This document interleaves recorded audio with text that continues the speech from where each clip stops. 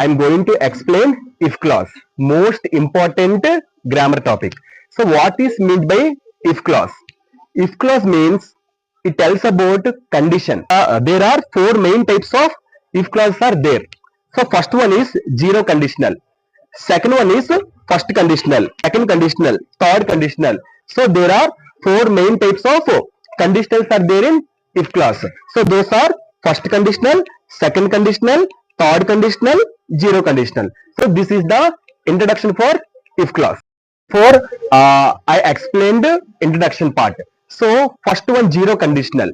What is meant by zero conditional? Zero conditional means దేనికోసం use చేస్తారంటే అది facts కోసం, థింగ్స్ ఆల్వేస్ ట్రూ అక్కడమా. So things always be true అలాంటి క్రైటీరియాలో ఆ సిచ్యువేషన్ లోనే ఇఫ్ క్లాజ్ లో మనకి జీరో కండిషన్ అనేది మనకి యూస్ అవుతుంది. ఈ జీరో కండిషన్ యూస్ ఏంటి? ఫ్యాక్ట్స్ కోసం, ఆ థింగ్స్ నిజం కోసం చెప్పేదే ఇఫ్ క్లాజ్ యూసేజ్. దానికి మరి ఫ్యాక్ట్స్ కోసం చెప్పేది జీరో కండిషన్ అని చెప్పుకున్నాం. మరి ఆ ఫ్యాక్ట్స్ కోసం చెప్పాలంటే దాని ఒక ఫార్మ్ ఏంటి? దాని ఒక structure if plus simple present plus simple present. Present tense అంటే సింపుల్ ప్రెజెంట్, ఓకేనమ్మా.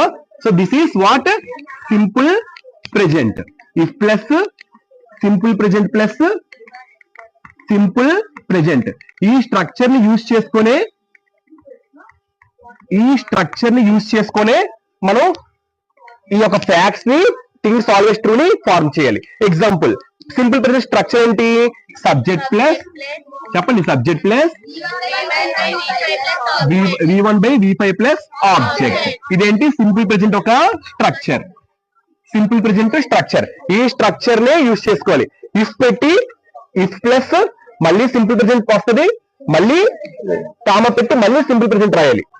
దాని ఒక ఫార్మ్ అంటే జీరో కండిషన్ అంటే ఫ్యాక్ట్స్ కోసం చెప్పేది. సో దాని ఫార్మ్ ఏంటి?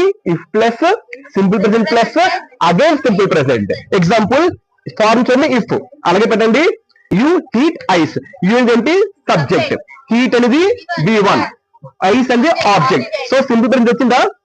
If plus simple present, if plus simple present, మళ్ళీ కామా కామా, ఇట్ అనేది సబ్జెక్ట్, మెల్స్ అనేది v5. v5 సింపుల్ ప్రెజెంట్ కదా, v5 కూడా మనకి సింపుల్ ప్రెజెంట్. అంటే సబ్జెక్ట్ అంటే if plus simple present comma simple present. అంటే జీరో కండిషన్ దేనికోసం చెప్తారు? ఫ్యాక్ట్స్ కోసం చెప్తారు. ఆ ఫ్యాక్ట్స్ కోసం చెప్పడానికి యూజ్ చేసే స్ట్రక్చర్ ఏంటమ్మా? If plus simple present comma simple present. So if you heat ice simple present comma it melts simple present. So this is the zero conditional. Hope you understand this zero conditional. Next first conditional. First conditional use ఏంటి తెలుసా? దీని use ఏంటి? Facts things result కోసం చెప్పేది. ఈ యొక్క zero conditional use ఏంటి తెలుసా? Real and possible future. Real గా ఉండడం అండ్ ఫ్యూచర్ లో పాసిబుల్ ఏది, ఫ్యూచర్ లో ఒక జరిగేది, ఓకేనమ్మా. దీని ఒక ఫార్మ్ ఏంటి? ఇది ఫ్యాక్ట్స్ కోసం చెప్పట్లే, రియల్ గా ఫ్యూచర్ లో జరిగే అవకాశం ఉంది అని చెప్తున్నారు. ఒక 80% అనుకోండి, ఇది 100% చేయదు. ఇదేంటి? 100% అయ్యే పనులు. ఇది ఓన్లీ 80% వరకు అయ్యే పనులే మాత్రం చెప్పేది, అంటే ఫ్యూచర్ లో జరిగే అంశాలు, ఓకేనమ్మా. దానికి రియల్ అండ్ పాసిబుల్ ఫ్యూచర్. దీని ఒక ఫార్మ్ ఏంటి? మరి ఇది మాట్లాడు. సెకండ్ ఫస్ట్ కండిషన్ స్ట్రక్చర్ ఏంటి? ఇఫ్ ప్లస్ మళ్ళీ ప్రెజెంట్ టెన్స్ అంటే ఏంటి? Simple present. ప్రెజెంట్ టెన్స్ అంటే ఏంటమ్మా? సింపుల్ ప్రెజెంట్ ఇక్కడ అర్థం. So if plus simple present plus will v1 అంటే simple future. Will verb v1, will verb v1 అంటే example. So simple present structure మీకు ఎలాగో తెలుసు, subject plus v1 by v5 plus object. So దీని structure చూడండి, if plus simple present comma will verb v1 అంటే will తర్వాత మనం verb లో ఉన్న ఫస్ట్ ఫామ్ మాత్రమే పెట్టాలి. చూడండి ఎగ్జాంపుల్, ఇఫ్ ప్లస్ ఇఫ్ లో పెట్టండి, సింపుల్ ప్రెజెంట్ పెట్టాలి. If it trains, so subject v5 comma, so I will stay at home, I is subject, will v1, so will verb v1. Clear మా? So అంటే first condition ఏంటి? Future లో real గా జరిగే అవకాశాల కోసం చెప్పేదే ఫస్ట్ కండిషనల్. అంటే 80% వరకు జరగచ్చు అని ఉద్దేశం, ఓకేనా. దానికి వచ్చే స్ట్రక్చర్ ఏంటి? If plus simple present plus comma will verb v1. దీంతో మీరు చెప్పాలి. అలాగే మనం పెట్టాం example, if it rains comma I will stay at home. Clear? Done. So ఇదమ్మా zero conditional, difference between zero conditional and first conditional. Next మనం second conditional and third conditional కోసం check చేద్దాం. సో అందరికి అర్థమైంది అనుకుంటున్నాను, అందరికి అర్థమైంది కదా. All of you understood this zero conditional first conditional? What is meant by zero conditional?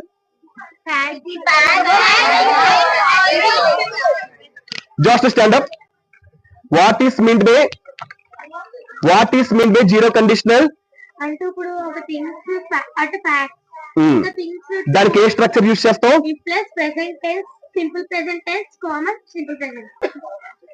What is mean by first conditional అంటే ఏంటి? ఎలాంటి సిచ్యువేషన్? రియల్ అండ్ దీనికి ఏ స్ట్రక్చర్ యూస్ చేస్తాం? Okay, so this is the difference between zero conditional and first conditional. First conditional structure ఏంటి? If plus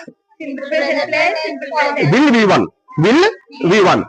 second conditional వచ్చి దీని usage ఏం తెలుసా? జరగని పనులు. ఇవి ఎప్పటికీ జరగని పనులు. ఇది ఇమాజినరీ, ఊహించుకునేది. ఇదేంటి? ఊహించుకునేది. అంటే ఇది దేనికోసం రిలేటెడ్? ఫ్యూచర్ కోసం రిలేటెడ్. ఓకేనా?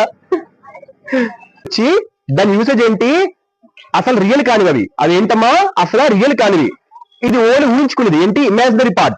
ఏంటమ్మా? ఊహించుకుని చెప్పేది. ఇప్పుడు ఫ్యూచర్ లో ఊహించుకొని చెప్పను. ఇప్పుడు కాదు, ఫ్యూచర్ లో. ఓకేనమ్మా? దానికి స్ట్రక్చర్ ఏంటి? If plus simple past plus would V1. అంటే వుడ్ కమ్మ వెర్బ్ V1. దాని ఒక స్ట్రక్చర్. ఈ స్ట్రక్చర్ బేస్ చేసే ఈ యొక్క సెకండ్ కండిషనల్ రాయాలి. సెకండ్ కండిషనల్ దేనికోసం చెప్తుంది? నిజం కానివి ఊహించుకొని చెప్పడం. అంటే ఫ్యూచర్ లో ఇలా ఊహించుకొని చెప్పడం. ఎగ్జాంపుల్ చూస్తే మీకు అర్థమవుతుంది. If I won a lottery I would buy a car. నేను ఒకవేళ లాటరీలో విన్ అయితే, అసలు విన్ అవలే, ఒకవేళ లాటరీలో విన్ అయితే వాడు కార్. అంటే ఇదేంటి? ఇదంతా దేనిలో ఉంది? ఫ్యూచర్ లో అవుతుందంట. ఫ్యూచర్ లో జరిగే పనులు. అంటే ఆ పని ఫ్యూచర్ లో, ఒకవేళ ఫ్యూచర్ కోసం చెప్పేది. ఫ్యూచర్ ఇమాజిన్ చేసుకుంటున్నాడు. ఆ పని అయితే నా పని చేస్తానని ఫ్యూచర్ లో ఇమాజినేషన్ చేసుకుంటున్నాడు. ఓకేనమ్మా? Done. So if I won a lottery I would buy a car అని. సో దట్ స్ట్రక్చర్ చూడండి. I is a subject, won is a simple past structure తెలుసు కదా? Subject plus V2 plus object. This is the simple past structure. So దాని ప్రకారంగా if plus simple past, if plus I, V2 is the won simple past. A lottery ఏంటి? Object. So simple past వచ్చింది. Comma పెట్టాం. తర్వాత would. So subject తర్వాత subject అని పెట్టుకోవచ్చు. Would తర్వాత ఏం పెట్టాలి? వర్బ్ లో ఉన్న V1 మాత్రమే పెట్టాలి. సో వర్బ్ లో V1 ఏంటంటే buy. So I would buy a car. Imaginary. అర్థమవుతుందమ్మా? సో ఈ విధంగా మనం సెకండ్ కండిషనల్ రాయాలి. సెకండ్ కండిషన్ ఏంటి? అసలు జరగని పనులు.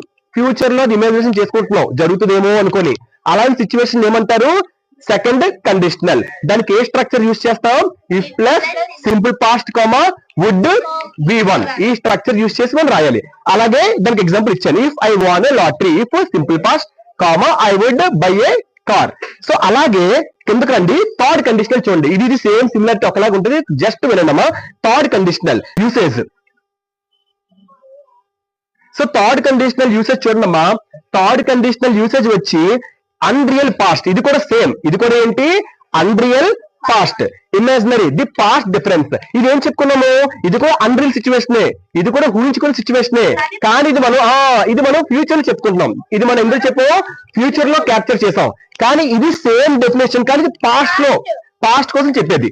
సో ఎగ్జాంపుల్ దీనికి స్ట్రక్చర్ ఏంటి? If plus had V3 would have V3. ఈ స్ట్రక్చర్ యూస్ చేయాలి. హ్యాడ్ V3 అంటే ఏంటి? Past perfect. Subject plus had V3 అంటే ఏంటి? Past perfect. If plus had V3 would have V3. ఈ స్ట్రక్చర్ బేస్ చేసి unreal past, imaginary in past మనం base చేసి అనేది చెప్పాలి. So example, if I had studied. నేను కనుక అప్పుడు చదువు ఉంటే వచ్చింది past structure. If subject had V3. నేను అప్పుడు చదువు ఉంటే ఐ వుడ్ హ్యావ్ పాస్. నేను పాస్ అయి ఉండేవాడిని. సో వచ్చింది కదా, I would have V3 passed. అర్థమవుతుందమ్మా? డిఫరెన్స్ అర్థమైందా? సో ఈ రెండు కూడా అన్రియల్ థింగ్స్. ఈ రెండు కూడా జరగని పనులే. కాకపోతే ఇదేంటి? దేనికోసం చెప్తున్నారు? ఫ్యూచర్ కోసం రిలేట్ అవుతుంది. ఇది పాస్ట్ లో, ఇది ఫ్యూచర్ లో అలా జరిగితే నేను అలా చేస్తాను. ఫ్యూచర్ లో అదైతే నేను అది చేస్తాను. ఫ్యూచర్ లో నేను సీఎం అయితే నేను మంత్రి పోస్ట్ ఇస్తాను. ఇలా ఫ్యూచర్ లో జరిగే దానికోసం చెప్పేదేంటి? Imaginary actions, unreal things. అది సెకండ్ కండిషనల్. అలా కాకుండా పాస్ట్ లో అప్పుడు నా పని చేసుంటే చక్కగా పనవుదును అనే క్రైటీరియా కోసం చెప్పేది ఏంటి? థర్డ్ కండిషన్ అయినా ఇది. సో దీనికంటే ఒక స్ట్రక్చర్ ఉంటుంది. If plus simple past would be తో చెప్పాలి. ఇది unreal imaginary future, unreal past imaginary future, past the if plus had V3 plus would have V3 అనే దాంతో చెప్పాలి. సో ఎగ్జాంపుల్స్ కూడా మనం చెప్పుకున్నాం. సో ఇదమ్మా, హోప్ యూ అండర్స్టాండ్. నన్ను అలా తిరగండి, అటు తిరగండి camera cos. So clear. So this is the if clause 4 conditionals. So 0 conditional, first conditional, second conditional, third conditional. 0 conditional అంటే ఏంటమ్మా, ఫ్యాక్ట్స్ కోసం చెప్పేది ఏంటి, 0 కండిషనల్. ఫస్ట్ కండిషనల్ అంటే ఏంటమ్మా, 80% అయ్యే వర్క్స్ రియల్ పాసిబిలిటీస్ కోసం చెప్పేది ఏంటి. సెకండ్ కండిషనల్ అంటే ఏంటమ్మా, unreal situations and imaginary situations. అది ఎప్పుడు ఫ్యూచర్ లో జరిగేది. సో దానికంటే ఒక స్ట్రక్చర్ ఉంటుంది. If plus simple past would V1 plus దాంతో చెప్పాలి. అలాగే థర్డ్ కండిషన్ వచ్చి అన్రియల్ పాస్ట్ ఇమాజినరీ, ఇది కూడా కాకపోతే ఇది పాస్ట్ లో అయ్యేది. పాస్ట్ లో పని చేస్తుంటేనే అలా అయ్యేదేమో అని చెప్పేది. దానికంటూ structure if plus had V3 plus would have V3, if I studied I would have passed. So this is the 4 conditions if class.